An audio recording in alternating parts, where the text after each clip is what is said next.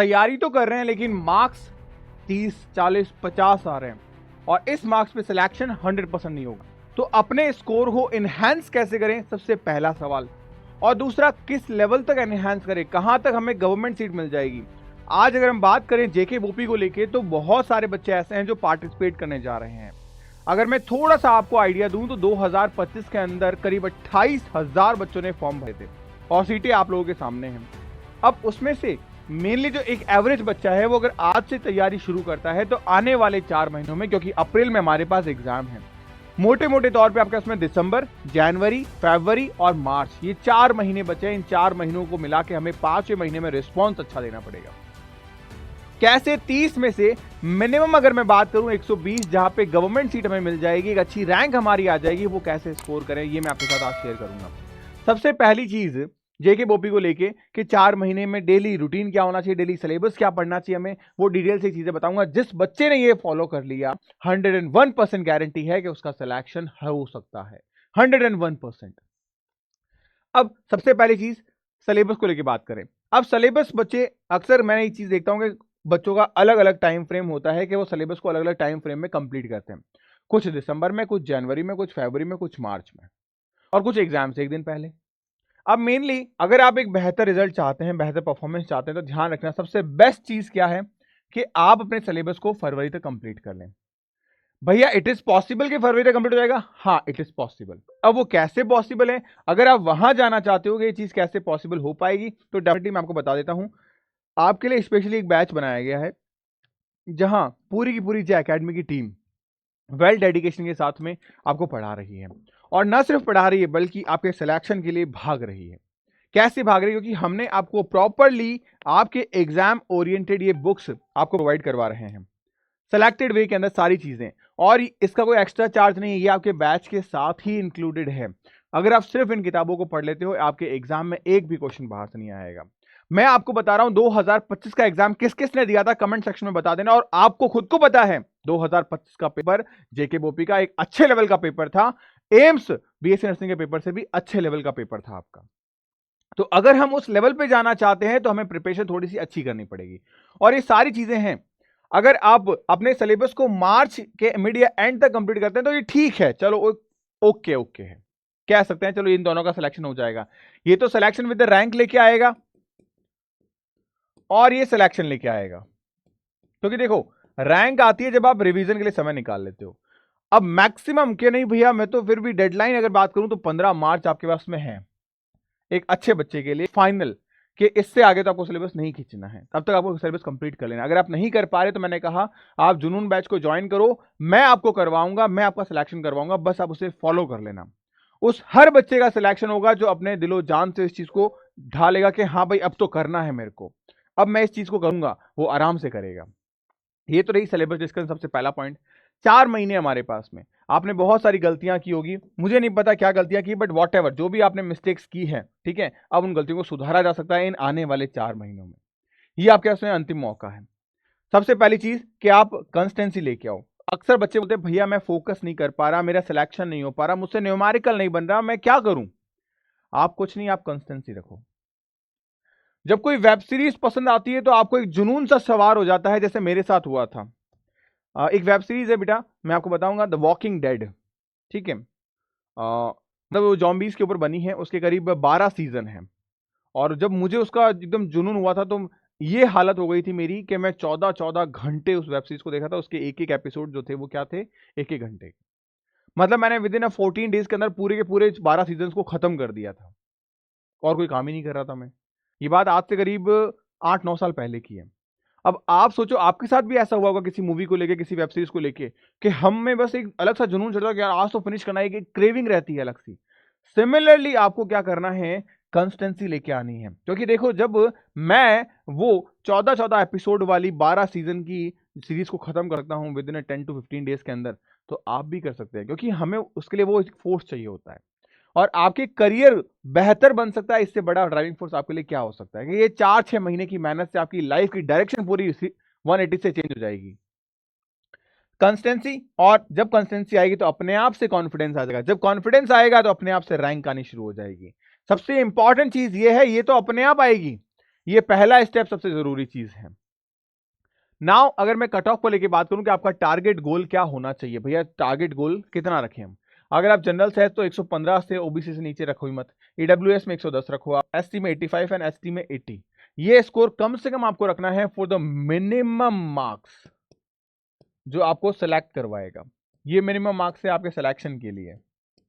इससे नीचे अगर आप लेके आ रहे हो तो मेरे हिसाब से भूल जाओ भाई, 2027 के लिए तैयारी कर लो। बात कड़वी है बट रियलिटी है ये। सेकंड अगर मैं बात करूं, डेली क्लासेस एंड लेक्चर जरूर करो। अब टाइम ड्यूरेशन की बात करें तो कम से कम आपको 6 से 6.5 घंटे अपनी स्टडी को देना ही देना है, क्योंकि आपके सिलेबस में फिजिक्स है, केमिस्ट्री है, बायोलॉजी है, एडिशनल सब्जेक्ट नाम की चीज तो है ही नहीं। जो बच्चा एम्स जम्मू के लिए तैयारी कर रहा है कि नहीं भैया मुझे तो बस एम्स जम्मू के लिए तैयारी करनी है, मैं एक गर्ल कैंडिडेट हूं, मैं तो एम्स में जाना चाहती हूँ, कोई दिक्कत नहीं है, ये बुक आपको फ्री ऑफ कॉस्ट मिल जाएगी। अभी आपको परेशान नहीं होना है, कोई दिक्कत नहीं है। जो चीज मैं अपने लेवल पे आप लोगों के लिए बेस्ट कर सकता हूं मैं कर रहा हूं, बस आप अपनी तरफ से एक भी कमी मत छोड़िएगा, क्योंकि अगर आपने कमियां छोड़ी तो यकीन मानिए उसका खामियाजा और कोई नहीं भुगतेगा, सिर्फ आपके। मैं हर एक वीडियो में आपसे कुछ ऐसी बातें जरूर करता हूं जो आपके दिल पे लगती है, क्योंकि जब चीजें दिल पे लगती है तभी इंसान का दिमाग चलता है और वो दौड़ता है, वो काम करता है अपने ऊपर। अगर डेली स्केड्यूल में बात करें तो आप कम से कम बायो को 1 से 1.5 घंटा दो, केमिस्ट्री को 1 से 1.5 घंटा दो, और फिजिक्स में थोड़ा एक्स्ट्रा टाइम दो, 2 घंटे। अब इस टाइम को आप बांट दो, यहां पे आप 1 घंटा सबका निकाल दो। अब जो पीछे बचा हो कितना, 30 मिनट। यहां कितना बचा, 30 मिनट। यहां कितना बचा, 1 घंटा, यानी 60 मिनट। ध्यान रखना ये टाइम तो आपने थ्योरी को, क्लास को दे दिया, ये टाइम आप न्यूमेरिकल सॉल्व करो। क्वेश्चन सॉल्व करोगे तो ही आप लाइफ में आगे बढ़ पाओगे, क्योंकि हम कितनी ही थ्योरी पढ़ लें, एग्जाम में हमारे सामने न्यूमेरिकल ही होते हैं। तो ये चीज आप हमेशा ध्यान रखेंगे। उसके बाद डेली रिवीजन की अगर मैं बात करूं तो आप ये समय जरूर निकालो, क्योंकि जिस जिस बच्चे ने रिवीजन किया है वो अपनी लाइफ में रैंक लेके आया है। ये एकदम सिनोनिम है, revision is equal to rank 100% सही साबित होती है। ध्यान रखना 90 मिनट पर डे अगर आप निकाल रहे हो 28 फरवरी तक, मैंने ये सब चीजें कैलकुलेट करके आपको बताई है प्रॉपर सारी चीजें, क्योंकि पिछले 10 सालों से पढ़ा रहा हूं, तो कहीं ना कहीं अब इतना एक्सपीरियंस है बच्चों के साथ में कि किस एग्जाम के लिए हम कितना टाइम दे सकते हैं। जैसे मैं आपको हमेशा बताता हूं कि आप बायो में कितने एमसीक्यूज करो, फिजिक्स में कितने एमसीक्यूज करो, केमिस्ट्री में कितने एमसीक्यूज करो, कि पूरा का पूरा जो आपका सब्जेक्ट है वो रिवाइज हो जाए। अगर आपको नहीं पता मैं आपको बता दूं, करीब करीब आपको 10,000 question in biology, 5,500 question in chemistry and 5,500 question in physics अगर आप कर लेते हो, ये 21,000 क्वेश्चन का जो टारगेट आप कर लेते हो, तो डेफिनेटली अगर ये सेलेक्टेड क्वेश्चन है, आपके इंडिया का कोई भी एग्जाम हो उससे एक भी क्वेश्चन बाहर नहीं आएगा, अगर ये सिलेक्टेड क्वेश्चन आप कर लेते हो। और परेशान नहीं होना है, ये भी मैं आपको आपकी टेस्ट सीरीज में दे रहा हूं, 250 टेस्ट करवा रहा हूं आपके सिर्फ और इस चीज के लिए कि एग्जाम में आपका ये हाल रहे कि भैया ये सब सवाल मैंने देखे हुए हैं, सब सवाल मैंने किए हैं, मुझे तो बस टिक करना है, ये चीज रहनी चाहिए। उसके बाद में नेक्स्ट 60 मिनट्स में आप केमिस्ट्री एंड बॉटनी सेगमेंट ले लो, फिर आप फिजिक्स एंड जियोलॉजी सेगमेंट ले लो। इससे क्या है कि हर सब्जेक्ट आपका कवर अप होता चला जाएगा। वीकली रिवीजन के लिए बात करें तो आपका टारगेट ये होना चाहिए कि मुझे हर वीक में 3 चैप्टर्स कवर करने हैं, क्योंकि आप हर वीक में 3 चैप्टर्स कवर कर रहे हो, हमारे पास 4 वीक होते हैं, 3 चैप्टर्स कवर कर रहे हो, 12 चैप्टर इन अ मंथ आप रिवाइज कर ले रहे हो बेहतर तरीके से। यही चीज आपको फॉलो करनी है, क्योंकि फरवरी तक आप 48 चैप्टर्स कवर कर चुके होंगे, और ये 48 चैप्टर वो है जो आपके एग्जामिनेशन हॉल में 120 प्लस के ज्यादा मार्क्स के क्वेश्चंस लेके आता है। टोटल तो हमारे पास में 82 चैप्टर्स हैं, लेकिन अगर हम बात करें ये चैप्टर ज्यादा वेटेज वाले हैं। अगर आप चाहते हो कि भाई ज्यादा वेटेज वाले चैप्टर कौन से हैं, तो ऑलरेडी मैंने वीडियो बना रखा है, और इलैबोरेटेड फॉर्म में, या स्पेसिफिकली आप चाहते हो कि बायोकेमिस्ट्री फिजिक्स को लेके सेपरेटली वीडियोस लेके आइए, तो कमेंट सेक्शन में जरूर बताइएगा, मैं सेपरेटली आपके लिए वीडियो लेके आ जाऊंगा। उसके बाद अगर मैं बात करूं आपसे मार्च में क्या करना है अपने को, जनरली तो मैंने कहा फरवरी में कर लोगे तो सबसे बेस्ट है अपने कोर्स को कंप्लीट। मार्च में हम करेंगे मॉक टेस्ट और रिवीजन। आप क्या करो, अब जो बाकी चैप्टर्स बचे हैं हमारे वो कंप्लीट करते हैं, उसके बाद में फुल रिवीजन करो और ओनली मॉक टेस्ट दो, क्योंकि मैं आपको खुद दे रहा हूं 50 मॉक टेस्ट।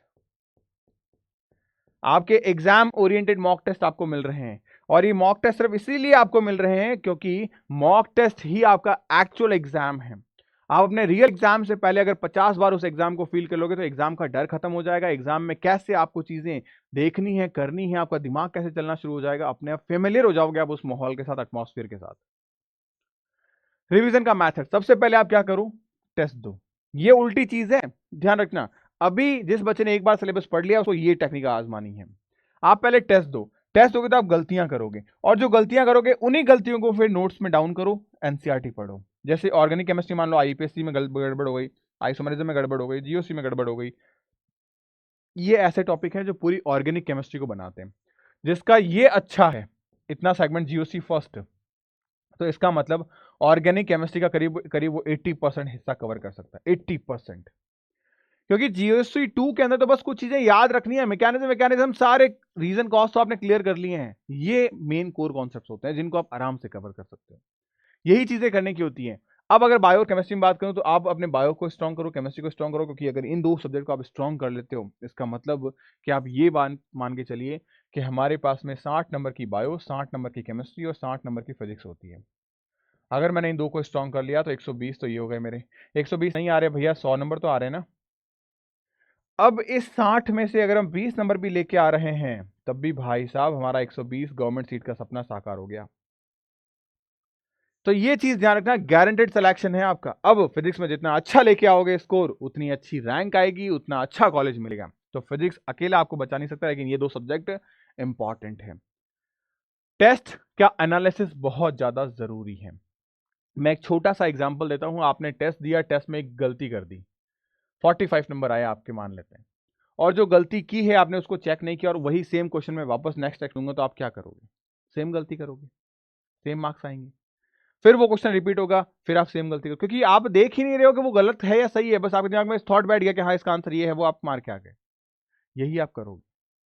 तो ध्यान रखना, अगर वो सवाल एग्जाम में आ गया तो वो आप 100% आपका सवाल गलत होगा, और ऐसे बच्चे करते हैं। क्यों? क्योंकि वो अपनी मिस्टेक्स का एनालिसिस नहीं करते।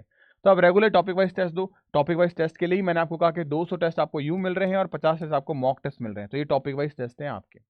आपको मेजर टेस्ट मिलेंगे। अपनी गलतियों को एनालिसिस करने के लिए प्रॉपर्ली आपको चार्ट मिलता है, सॉल्यूशंस मिलते हैं कि आप अपनी गलतियों को देख पाओ। अच्छा, ये मेरी गलती थी, मेरे इस टेस्ट में मेरे कितने मार्क्स आए, टॉपर से कितने मार्क्स आए, कितने बच्चे मुझसे आगे हैं, क्या रैंक आ रही है मेरी।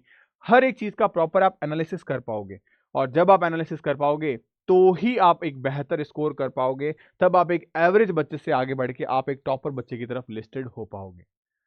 तो अब आप अपने आप से वादा करो कि भैया आज मैं भले ही टॉप एवरेज बच्चा हूं, लेकिन मैं आज से 4 महीने बाद में एक टॉपर बच्चा बन के आप निकल के बाहर आऊंगा। ये मैं आपसे वादा करता हूं, आपसे प्रॉमिस करता हूं।